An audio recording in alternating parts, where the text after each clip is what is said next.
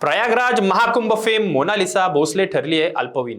पती फरहान खानवर पोक्सो कायद्याअंतर्गत गुन्हा दाखल झालाय। हो, ही गोष्ट आहे प्रयागराज महाकुंभ मेळाव्यातून प्रकाशझोतात आलेली आणि इंटरनेटवर रातोरात प्रचंड प्रसिद्धी मिळवणारी व्हायरल गर्ल मोनालिसा भोसले हिच्या लग्नाबाबत आता एक अतिशय महत्त्वाची आणि खळबळजनक माहिती समोर आली आहे। काही दिवसांपूर्वीच तिने फरहान खान या तरुणासोबत आंतरधर्मीय विवाह केल्याची घटना चर्चेचा विषय ठरली होती।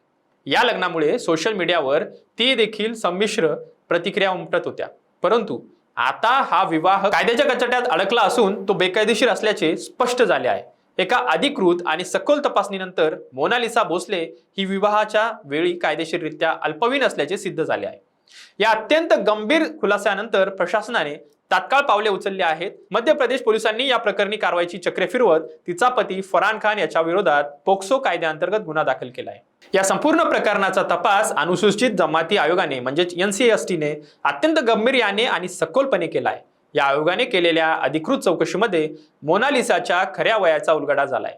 राष्ट्रीय अनुसूचित जमाती आयोगाच्या म्हणजेच NCSTच्या सविस्तर अहवालातून प्राप्त झालेल्या माहितीनुसार मोनालिसा भोसले ही मूळची मध्य प्रदेश राज्यातील असून ती पारधी या आदिवासी समाजाचे प्रतिनिधित्व करते। तिच्या वयाची खात्री करण्यासाठी मध्य प्रदेशमधील माहेश्वर येथे असलेल्या एता हॉस्पिटलच्या अधिकृत वैद्यकीय नोंदीची बारकाईने तपासणी करण्यात आली। या रुग्णालयाच्या अधिकृत कागदपत्रानुसार आणि जन्माच्या नोंदीनुसार तिची जन्मतारीख 30 डिसेंबर 2009 अशी स्पष्टपणे नमूद करण्यात आलेली आहे। 30 डिसेंबर 2009 म्हणजे ती मूळ आता सध्या फक्त 17 वर्षाची आहे।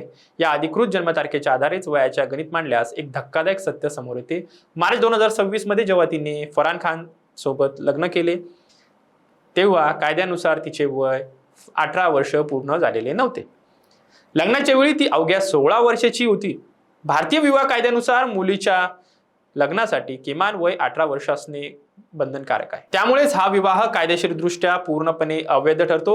मुलगी अल्पवयीन असल्याने तिच्या पतीवर बाल संरक्षणाच्या अनुषंगाने थेट पोस्को सारख्या अत्यंत कडक कायद्याखाली कारवाई करण्यात आली आहे। आता या प्रकरणाचा पुढील कायदेशीर तपास पोलीस यंत्रणा करत आहेत। एका व्हायरल सेलिब्रिटीच्या वैयक्तिक आयुष्यातील हा मोठा कायदेशीर गुंता सध्या सर्वत्र चर्चेचा आणि चिंतेचा विषय बनला आहे। आपल्याला काय वाटतं नक्की कळवा आणि अशाच महत्त्वपूर्ण माहितीसाठी बघत राहा सत्य पे सत्ता, थोडक्यात पण महत्त्वाचे।